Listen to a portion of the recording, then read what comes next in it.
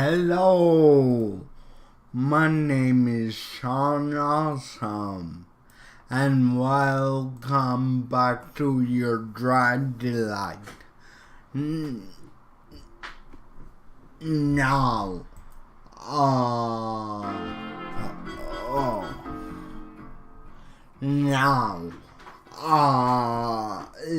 last week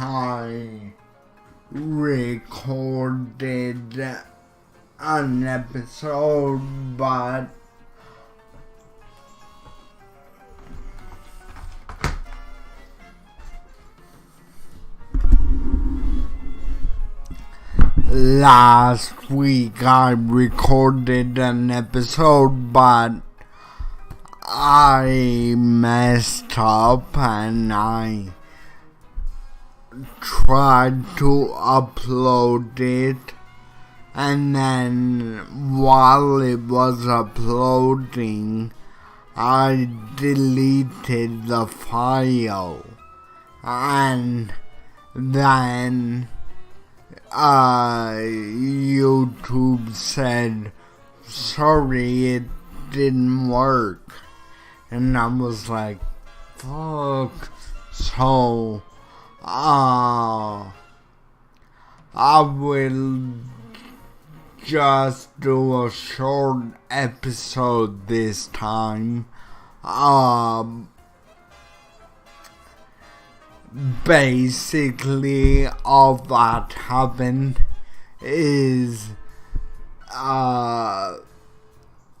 that guy I met in the first episode in the bar, he said that he knew all about me and Richter's organization, and basically, yeah, last week's episode was there was gay sex and gay kissing. Morning, boss.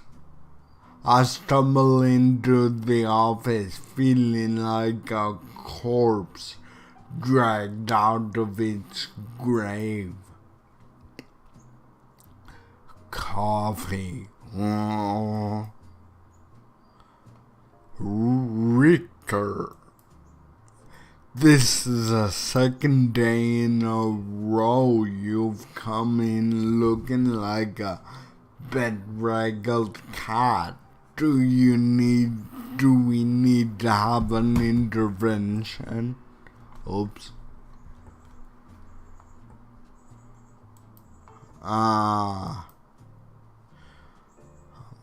Fine. Just couldn't sleep. Christ. Something really is messed up when Leslie shows up at work before me. He lets out a long, playful sigh, shaking his head before taking a sip of his coffee. Well, don't keep me in suspense. Your escapades last night, of course. What happened? What did you find out? Oh, yeah, right. With my own coffee mug in hand, I sink down into my chair, clearing my throat. going to have to leave out some details here, I think. My new friend, Mr. Mayor Eastman, while he gave me some information about the powerful mob players in the city. Seems like he's really in the loop. The already pale Leslie seems to grow a shade paler. He slowly sets down his coffee and leans forward over his desk, brow furrowing as he stares at me. Did you say Eastman? Sure did, boss. Why? Why? Yes. Are you losing your hearing already, boss? You're not that old.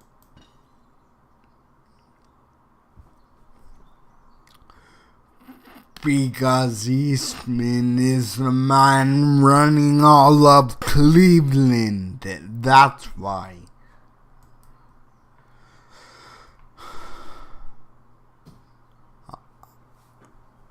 Leslie raises his voice in excitement and frustration, slamming his fist down on the desk. All of Cleveland? Yes, all of Cleveland.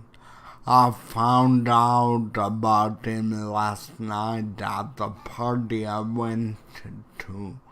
He's well liked and hugely powerful, and most of Cleveland's Italian mafia is terrified of him. I don't know how on earth you managed to get in his good books, but Eastman is the key to taking down the city's liquor business. In fact, I think that Speakeasy itself might be his main base. After we get more information, we should set up a raid.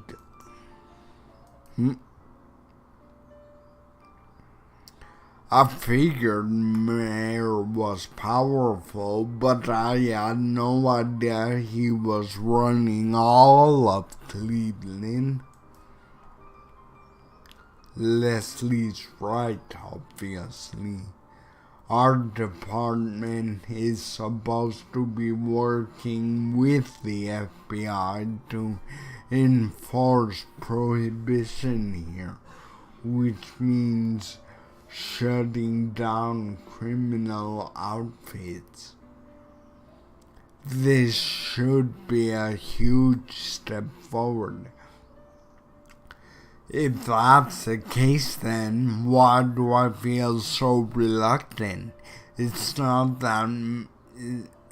not like Mayor trusts me. In fact, I'm sure he doesn't. But I can't imagine putting him behind bars.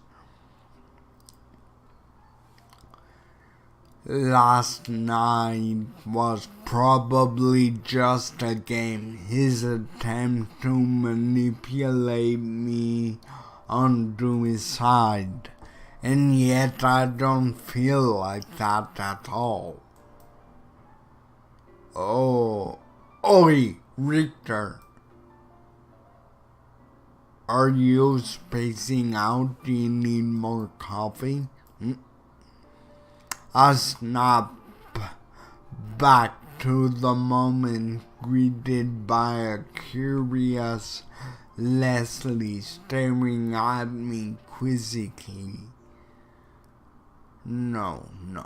I was just thinking, boss. we're going about this the wrong way.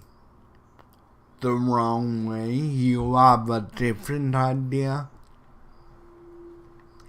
When I nod, Leslie tilts his head to the side, motioning me to continue.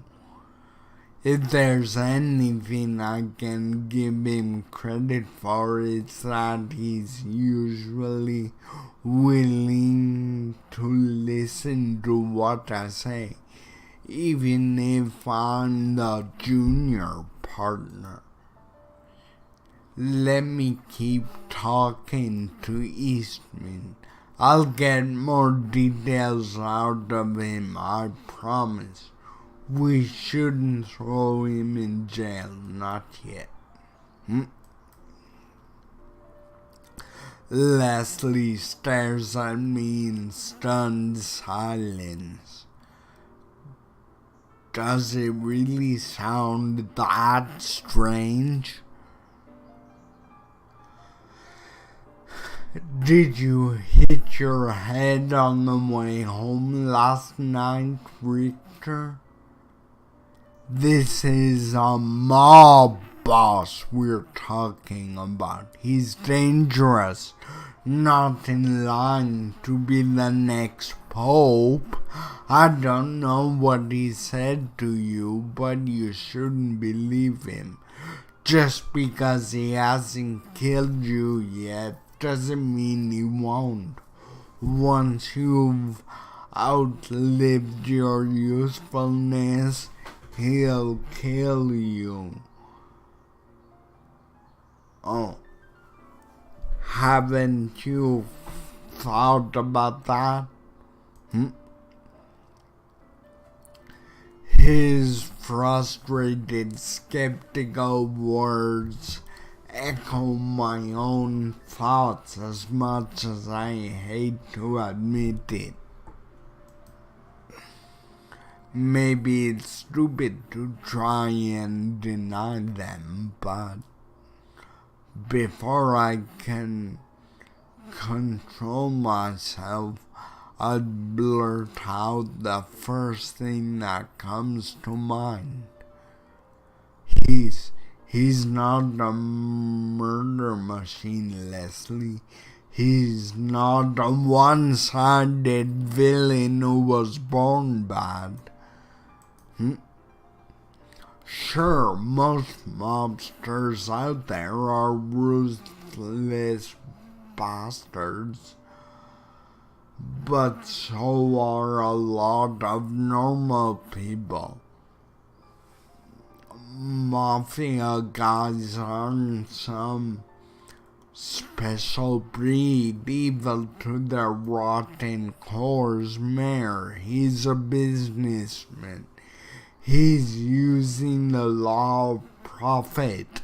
I know that, and I'm not saying I think it's right, but after talking to him,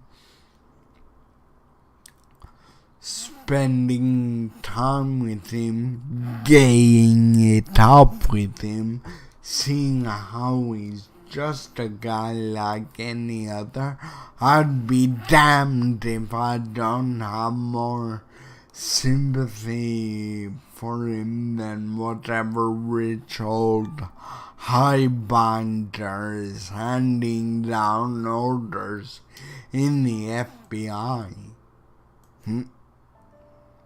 Leslie stays quiet, biting his bottom lip, a nervous habit of his, and avoiding my gaze for a time.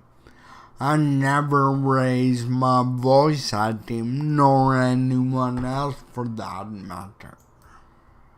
I instantly feel a little sheepish about it, but I didn't know how else to express my change of heart. Finally, Leslie rubs his eyes with one hand and gently sighs, a small smile twitching at the corner of his lips.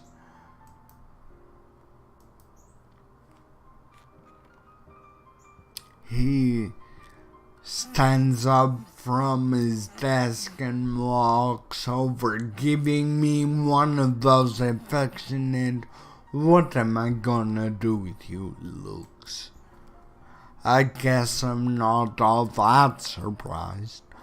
You've always been compassionate and honest, probably why you're a terrible liar. He pauses, reaching out to gently ruffle my hair. There's still a worried crease in his brow, but I think he's trying his hardest to believe in me.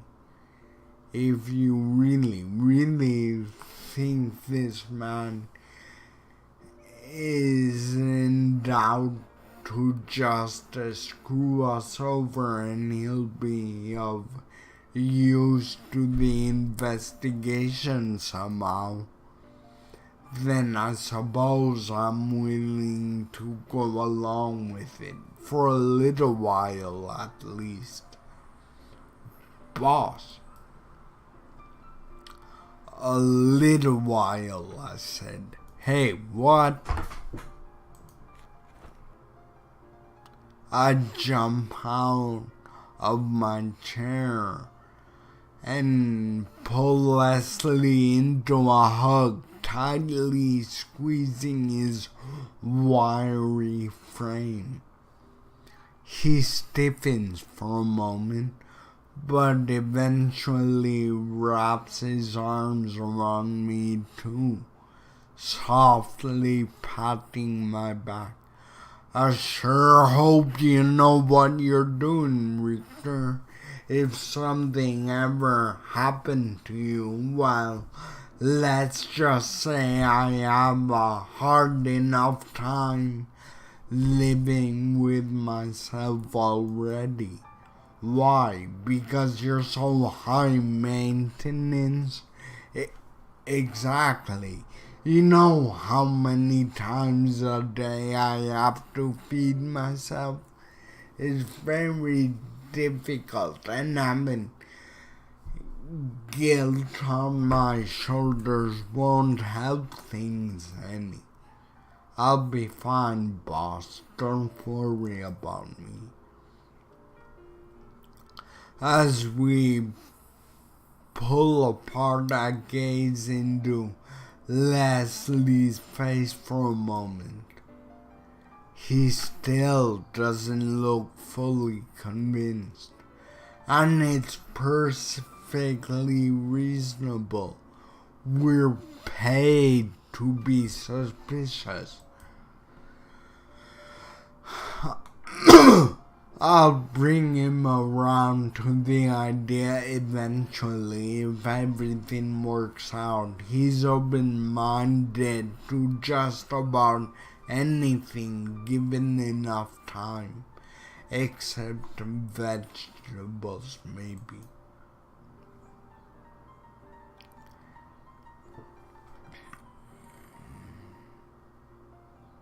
After we discuss things a little more, Leslie and I settle about our usual routine of paperwork, calls, and more paperwork.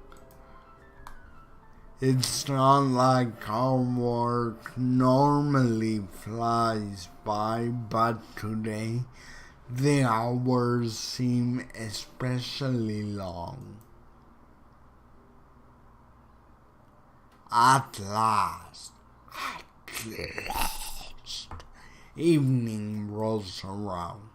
When I head outside, my feet start to take me down a familiar road before I even realize it.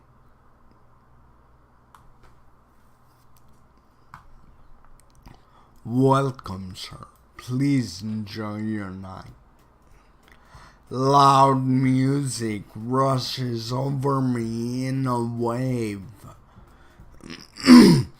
The familiar sea of dancers' lights and sparkling glasses.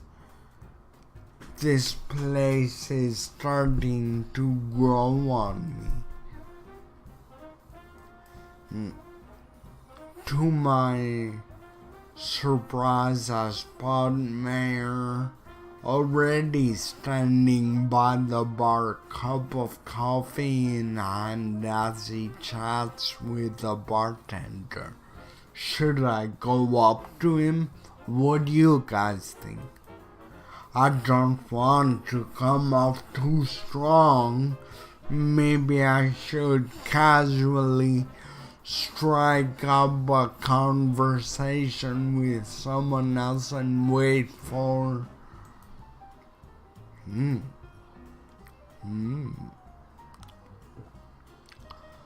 Just as I mull over my plan, Mayor's gaze meets mine. He instantly breaks into a warm smile, beckoning me over. I wander towards the bar and step up beside him, clearing my throat to buy time as I figure out what to say. Well, it seems more like my detective wandered back to me. Did your flock of officers decide to come along today too? No, I left them at home with a sitter. Good, I can't tell you how disappointed I was when they decided to interrupt.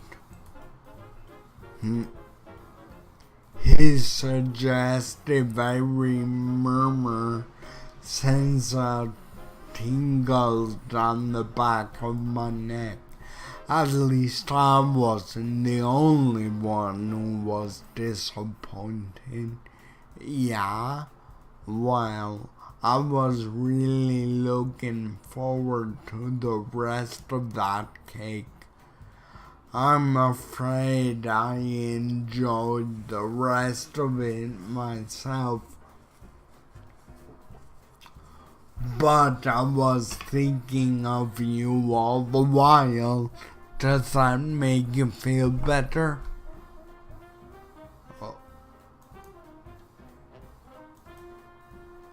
Not one bit. Mayor lets out one of his deep chuckles, low and comforting. It always seems like his sly, evasive mask melts away for a split second whenever he laughs, betraying something vulnerable. Listen, Richter, if you'd prefer, we can always linger out here and talk.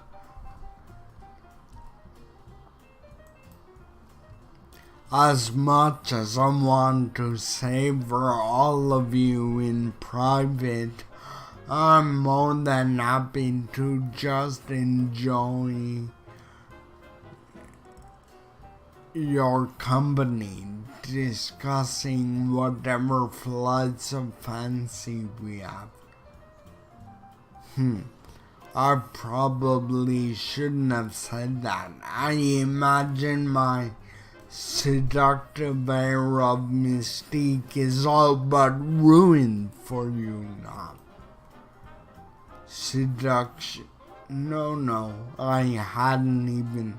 Never mind.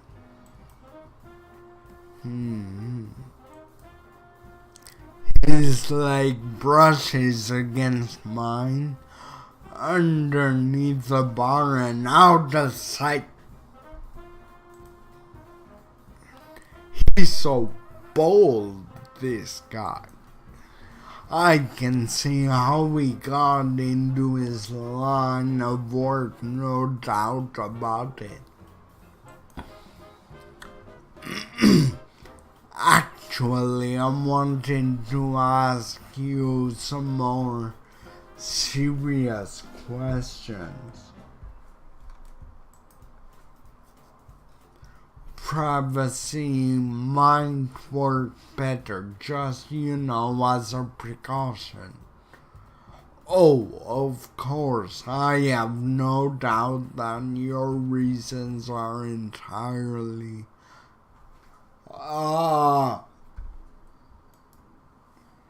it's the cops! At that moment, the speakeasy door flies open and a small group of officers rush in. Screams echo through the parlor after the music cuts off, but the cacophony quickly grows silent. Eastman's men can't even reach for their guns. The officers are already aiming their own. At the head of the group stands Leslie Richter.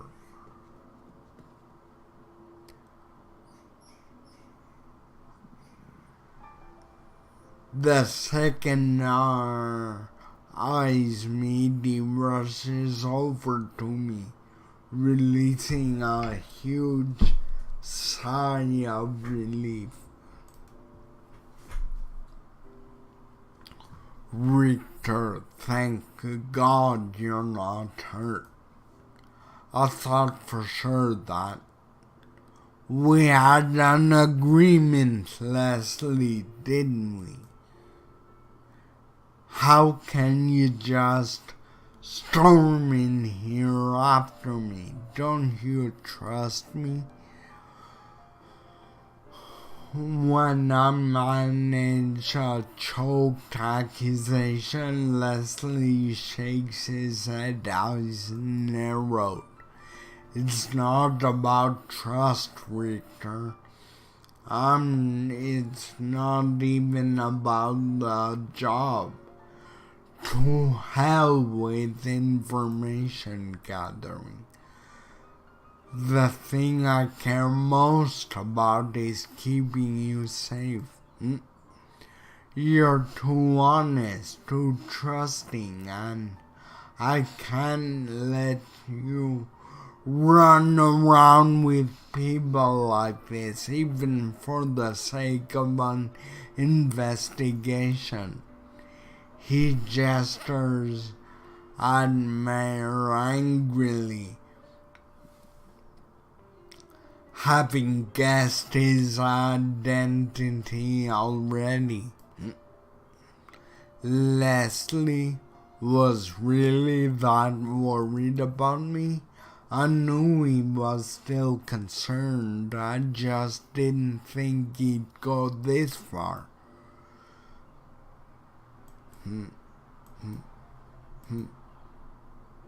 Mayor, who's been entirely silent this whole time, watches us with a carefully measured expression. How can he be so calm? He had no idea this was going to happen, did he? Gentlemen, I believe there's been a severe miscommunication.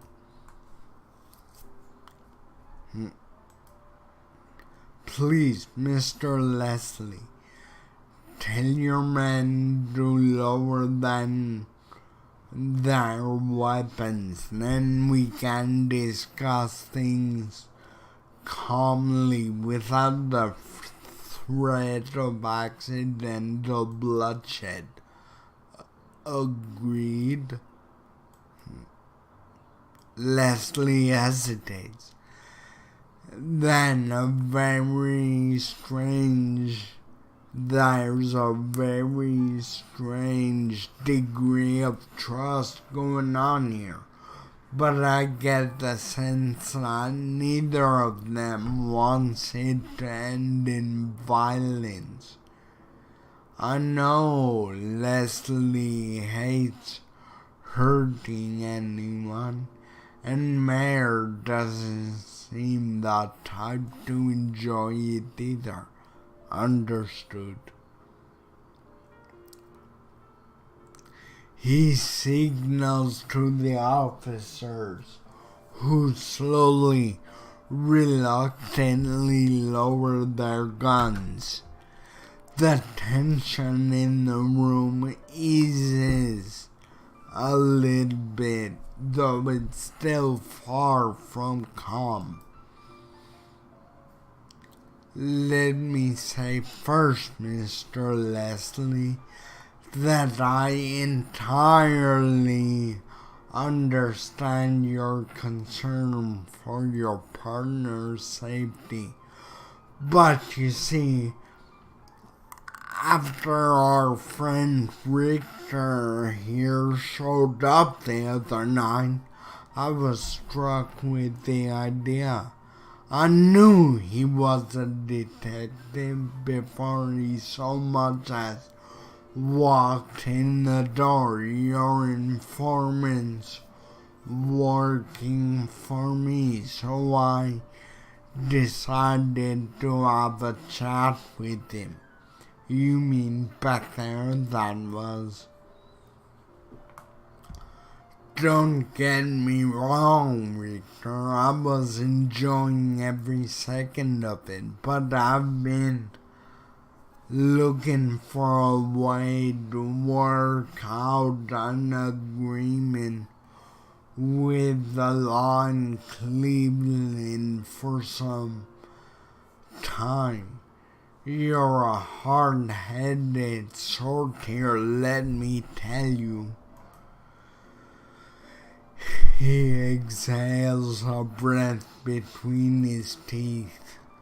Richter, however, I could tell he was made of something different, not so hell-bent on enforcing the Volstead Act, yet not just the type to be bought either. I was intrigued, so I thought I'd try to work out a deal, as is my way. Last night was supposed to be the beginning of that deal, but, well, I was enjoying the company so much that I thought to myself, what harm can it be to wait a little while longer?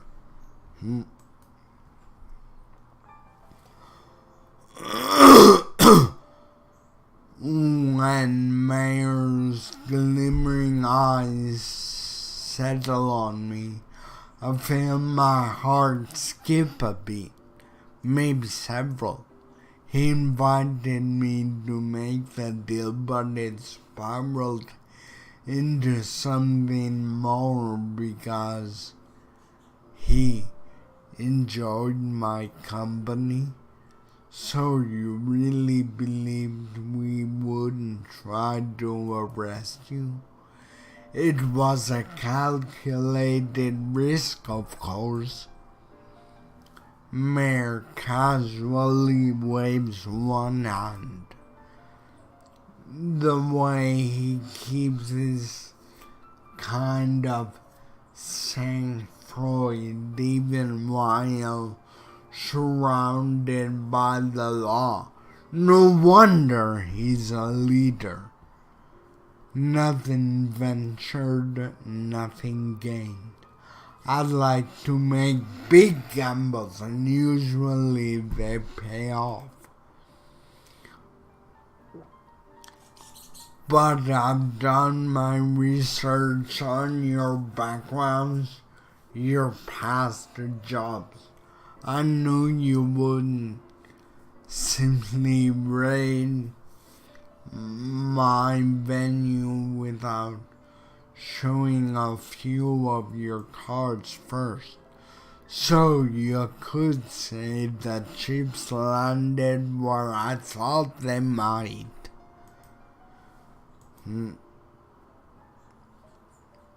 Leslie rubs his cheek with a hand, blinking rapidly, as if to try and understand everything we just heard. I can't blame him.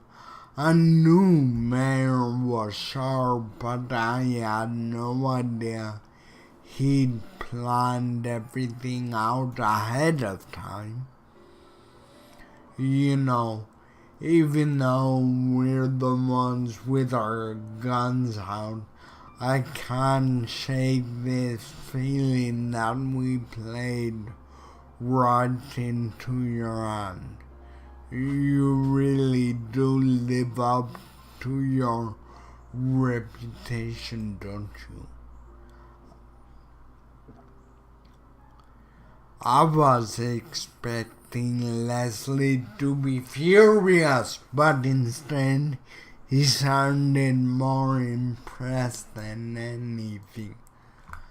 Is it possible he actually took some of my words to heart back in the office?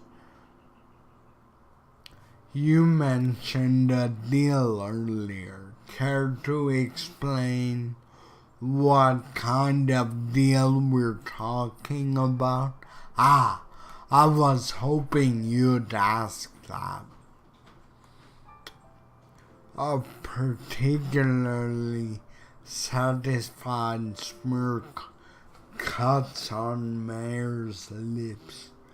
The type a man wears when he's just won at cards.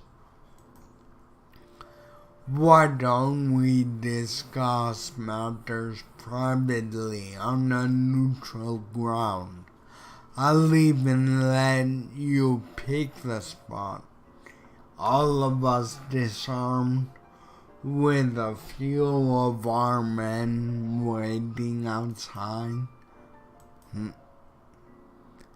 A moment, if you don't mind. Leslie grabs my sleeve and pulls me aside, leaning up to whisper in my ear.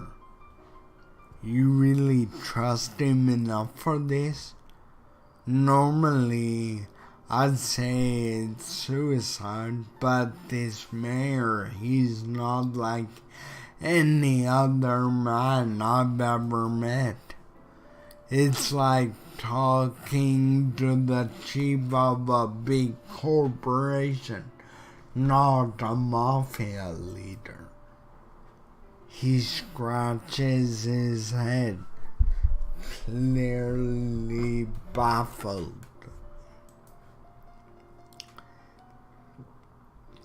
It's not like I can blame him. I felt the same way when I first met Mayor the other night. I know he doesn't mean us any harm, boss. He's still a gangster, I can't deny that, but I pause, swallowing. Better word things delicately, or else Leslie might catch on. I think he genuinely wants to work out a deal with us. all of this would be way too much trouble otherwise. My thoughts exactly. You think we should hear him out then? Without hesitation or not. Maybe it's an incredibly stupid decision, but I can't bring myself to believe all of last night was just a means to an end. If you don't mind me saying, Mr. Leslie, I gather you're the type to take precautions. Mayor pipes up angrily, and we both glance over towards him. Should the two of you not show up in perfect health tomorrow, I'm sure I'll have a big hassle on my hands, and that's not what I want, I assure you. You really did your research, didn't you? It's a favorite hobby of mine. So that means you know what size underwear Richter wears? Boss! I'm afraid you'll have to barter for that information. Oh, you drive a hard bargain, don't you? I like that. Great, just great. After a little more discussion, the three of us settle on a hotel room for our meeting spot. The unfortunate patrons who had to witness all that while they're sent home and promised free drinks when they come back. In this day and age, that's probably enough to risk being shot. Once that message worked out, the three of us head to the hotel with our respective men. I can't even begin to imagine how tonight will end, but I have to hope for the best.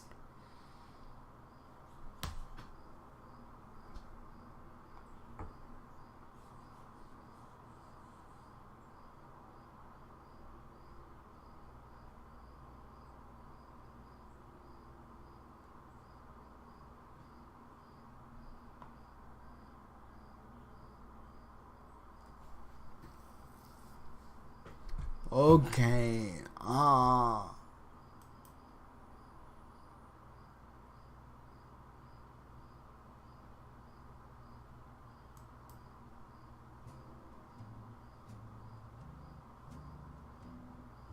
hurtful remarks aside, it sounds like you're all prepared. We'll meet back here tomorrow morning to trade reports, drink coffee, eat donuts. Is it my imagination, or is he drooling a little? You know what, guys? I think